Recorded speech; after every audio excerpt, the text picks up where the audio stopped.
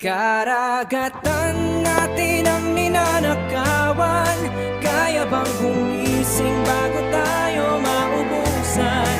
Karapatan natin ay ipaglalaban.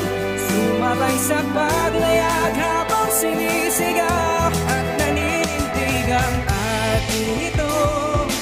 Atin ito. Atin ito.